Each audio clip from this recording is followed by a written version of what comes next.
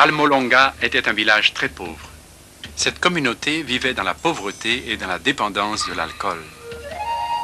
La violence, l'ignorance, la sorcellerie, l'occultisme, l'idolâtrie aussi.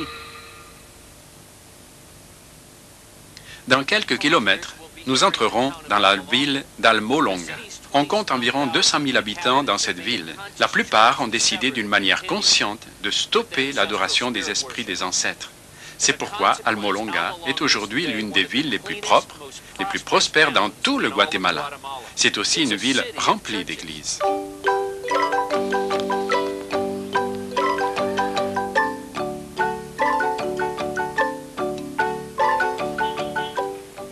Beaucoup citent Almolonga comme un bon exemple de transformation communautaire au niveau mondial. Cela peut être vrai, car environ 8 citoyens sur 10 se considèrent comme des chrétiens nés de nouveau. Mais cela n'a pas toujours été le cas. Il y a seulement 20 ans, Almolonga est un endroit plein de ténèbres et dangereux. La ville souffrait de pauvreté, de violence et d'ignorance. En plus de cela, l'alcool était le problème principal. Il y a 20 ans, si vous partiez à Almolonga le matin à 7 heures et que vous marchiez dans les rues d'Almolonga, vous auriez vu beaucoup de gens couchés dans la rue, totalement ivres. Nous avions beaucoup de prisons parce qu'il y avait beaucoup de problèmes. Le chef de la police, Donato Santiago, se rappelle que les gens se battaient tout le temps. Les autorités avaient construit 4 prisons, mais n'arrivaient pas à résoudre le problème du mal. Le reste des prisonniers étaient transportés dans une ville voisine. La violence domestique était particulièrement prononcée. J'ai parlé à une femme qui m'a raconté que quand son mari n'aimait pas le repas, elle était battue et mise à la porte.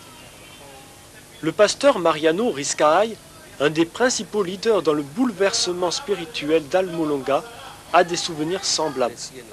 J'ai été élevé dans la misère. Mon père buvait parfois 40 à 50 jours d'affilée. Nous n'avons jamais eu un vrai repas. Seulement une petite tortilla avec un petit verre de café. Mes parents dépensaient le peu d'argent qu'ils avaient dans l'alcool. Pour soulager leur douleur, beaucoup de citadins ont fait des pactes avec des divinités, comme Pascual Bellón, le seigneur de la mort, et Moshmon, une puissante idole. Maximón était en effet la plus puissante idole d'Almolonga. Quand les Espagnols sont venus au Guatemala il y a 500 ans, ils ont trouvé le peuple autochtone qui était disposé à vendre certaines choses. Mais il y avait une chose qu'ils ne voulaient pas toucher. C'était Maximón. Cette idole était très importante pour eux. Ce syncrétisme a créé une forteresse puissante. Bien que Moshmont ait pris la forme d'un mannequin en bois, l'esprit qui était derrière l'idole avait un pouvoir tenace sur les gens d'Almolonga. C'est juste un masque en bois, mais il est très puissant, comme une forteresse qui lie les gens. En ces temps de ténèbres, l'évangile ne passait pas bien. Les évangélistes en visite étaient généralement chassés avec des bâtons ou des jets de pierre, pendant que les petites églises locales étaient aussi lapidées. Les chrétiens évangéliques étaient une minorité dédaignée. Une fois, 6 hommes ont braqué un pistolet à la gorge de Mariano. Alors qu'il commençait à appuyer sur la gâchette, celui-ci a silencieusement demandé au Seigneur sa protection. Quand ils tirèrent, rien ne se passa.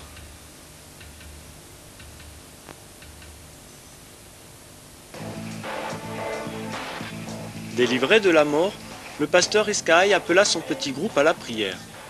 Il était temps de briser l'emprise de la violence, de la superstition et de la pauvreté.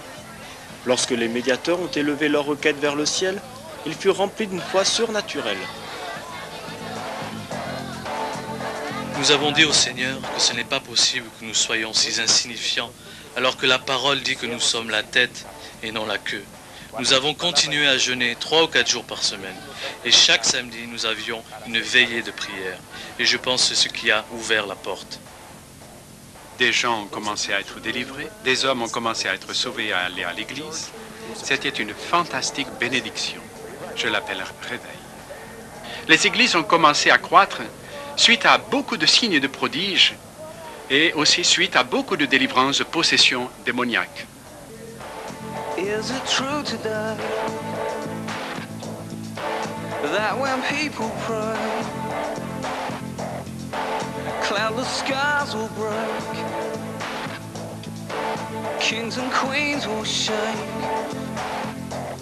Yes, it's true, and I believe it. Une femme nommée Teresa a connu une guérison merveilleuse. Une procédure médicale avait entraîné une gangrène. Ses organes internes se décomposaient littéralement. J'avais beaucoup de douleurs. Je souffrais tellement que je ne pouvais pas marcher. Mon corps entier était paralysé et je ne pouvais pas même manger ni parler. Elle était très malade et son état empirait chaque jour. Nous ne pouvions rien faire. Aussi, nous avons décidé de préparer son enterrement parce qu'il n'y avait aucun espoir. La maison a été remplie des membres de la famille et les voisins s'étaient rassemblés à l'extérieur. Tous pensaient qu'elle était en train de mourir. L'odeur de la mort imprégnait tout. Ils m'ont fait appeler pour arranger l'enterrement. Et en chemin, le Seigneur m'a dit de prier pour elle.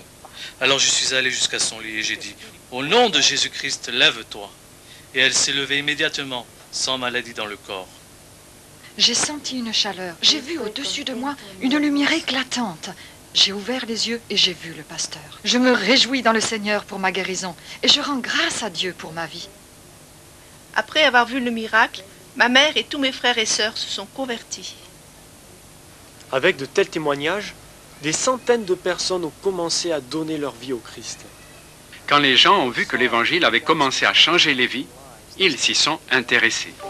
Ils ont été de plus en plus attirés par l'Évangile parce qu'ils ont vu la transformation dans les différentes vies.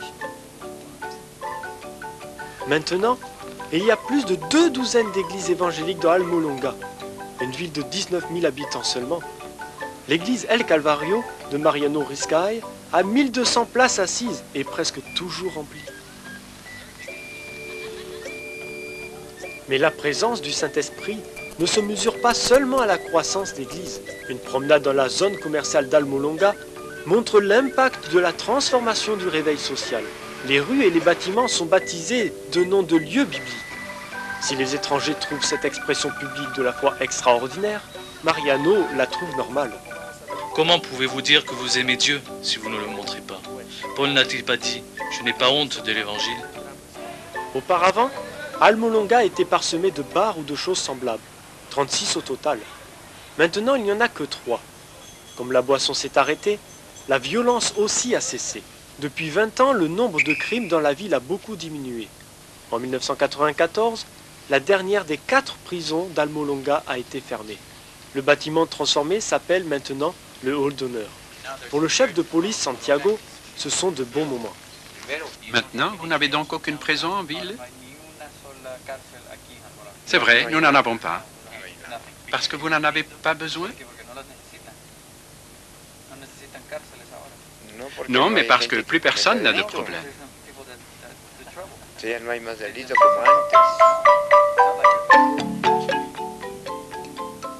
Même le centre agricole de la ville est revenu à la vie. Pendant des années, les champs qui sont autour d'Almolonga ont souffert d'une combinaison de l'aridité du sol avec de mauvaises habitudes agricoles.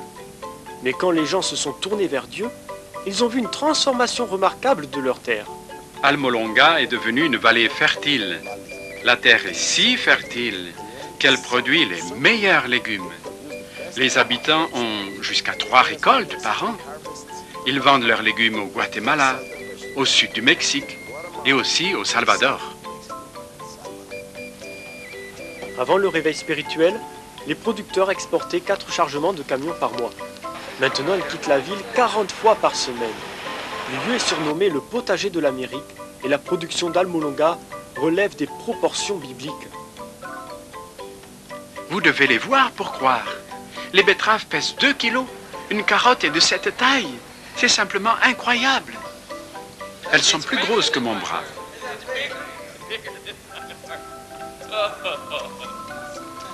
Voilà le marchand de légumes d'Almolonga. Intrigués par les dimensions de ces légumes et le taux d'accroissement de 1000% de la productivité agricole de la ville, les chercheurs des États-Unis et d'autres pays étrangers sont venus à Almolonga pour apprendre leurs secrets. Mais la réponse n'a pas été ce qu'ils attendaient. C'est à cause de la sagesse que Dieu a donnée aux fermiers à Almolonga qu'ils ont les meilleures récoltes par rapport aux méthodes scientifiques. Et les fermiers rendent constamment gloire au Seigneur, parce que c'est lui qui donne la moisson abondante. Avant, pour les récoltes des radis, cela nous prenait jusqu'à 60 jours. Mais depuis que Dieu a visité la ville, cela ne prend que 40 jours. Et même très souvent, cela ne prend que 25 jours. Vous pouvez réellement voir un parallèle entre la foi des gens et l'amélioration du sol.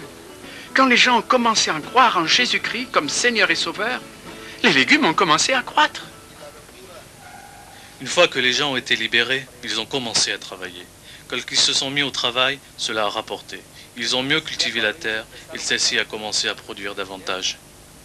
Les fermiers payent au comptant les grands camions Mercedes et les décorent ensuite avec des expressions chrétiennes. C'est merveilleux. Voilà le résultat de l'Évangile qui transforme la communauté.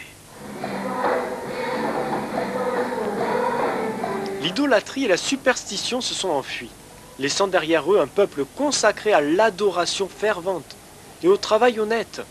Le stoïcisme traditionnel a conduit à l'exubérance sincère. Il y a 20 églises protestantes très actives, très militantes, très impliquées dans la louange, dans l'adoration, dans la délivrance et dans bien d'autres choses. En dépit de leur succès, les croyants à Almolonga n'ont aucune intention de baisser les bras. Beaucoup jeûnent 3 fois par semaine et continuent à assaillir les forces des ténèbres par la prière et l'évangélisation.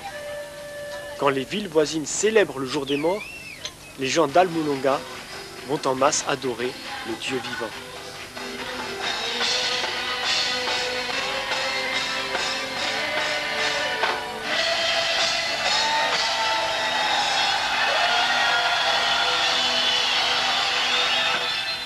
Le maire chrétien de la ville accueille une foule de près de 15 000 personnes sur la place du marché.